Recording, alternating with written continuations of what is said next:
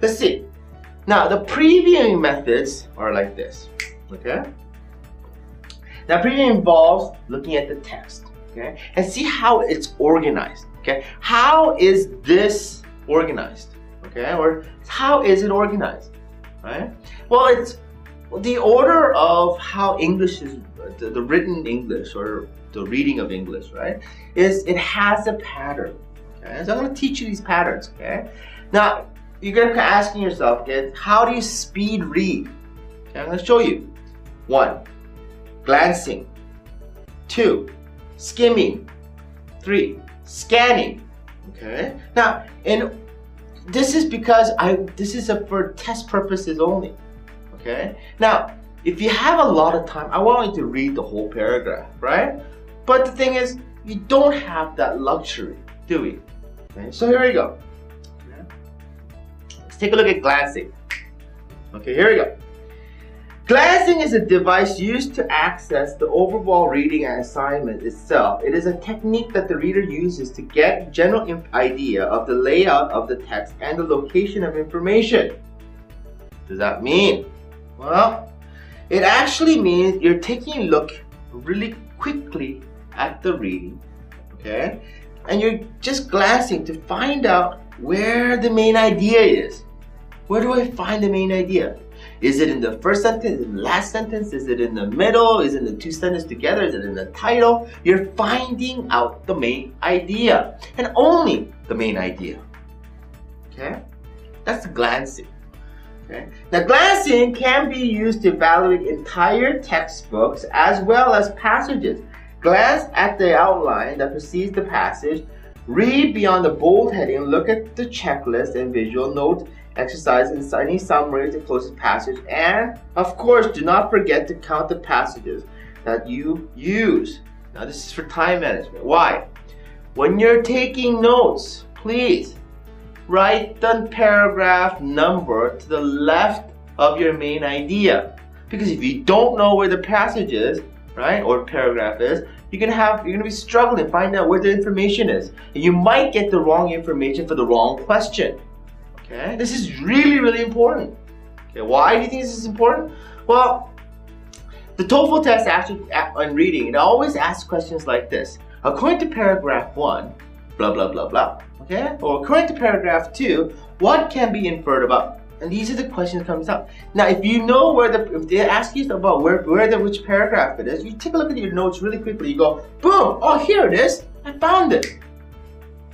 But if you don't, you're searching through all 5 to 7 paragraphs, and you're gonna have a hard time. Okay, so let's not do this. Okay, do it the correct way first time around, and you won't have a problem. Okay, it's a habit forming thing. I want you to build your habit. Okay, now the second thing we're gonna go into is skimming. Here we go. Now, what is skimming, you're asking? Here we go. I'm going to give you a definition of skimming. Skimming is a device used to locate main ideas during the preview stage of reading. Previewing is not a substitute for reading. It is a technique used to preparation for a more thorough reading of the material. You're prepping. You're preparing to read. Okay? An active reader will probably go through it 2 times. Why? Okay? Because they want to have better understanding of the information being presented, okay?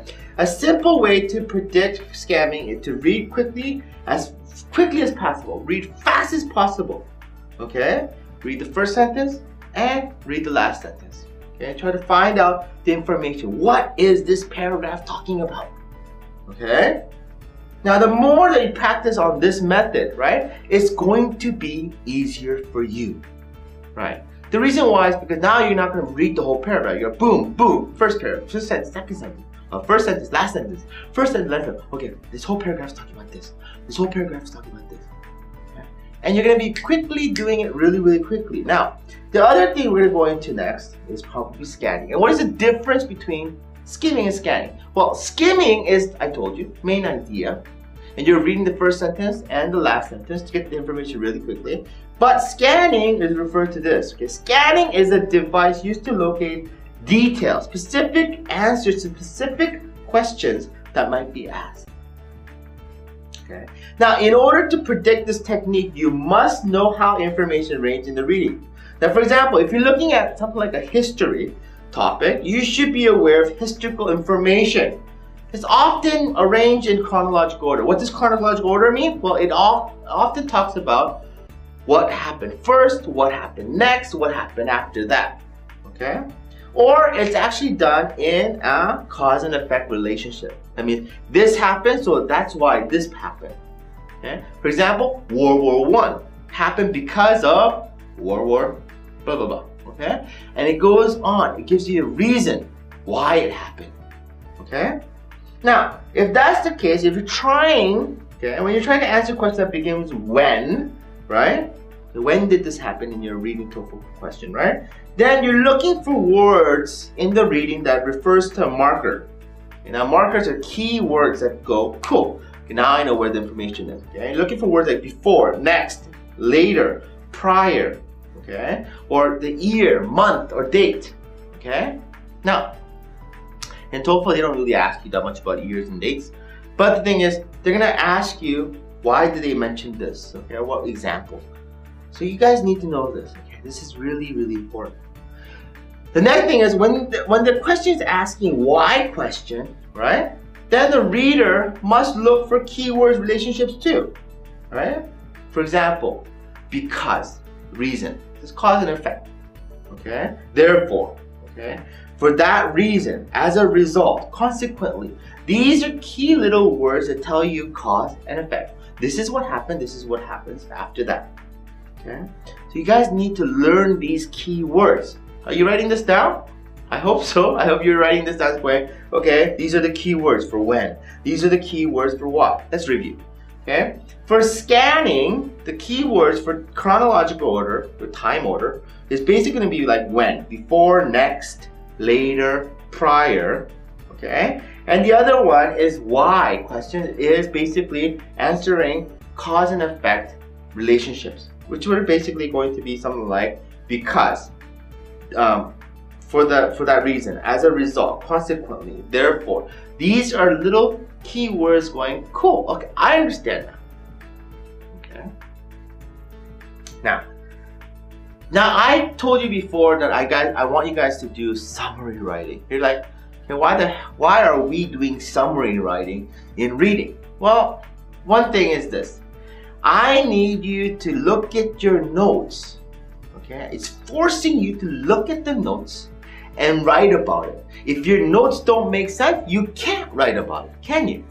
It'd be impossible, right? Now, it incorporates the skills of annotating, skimming, scanning, and getting the main ideas and the details.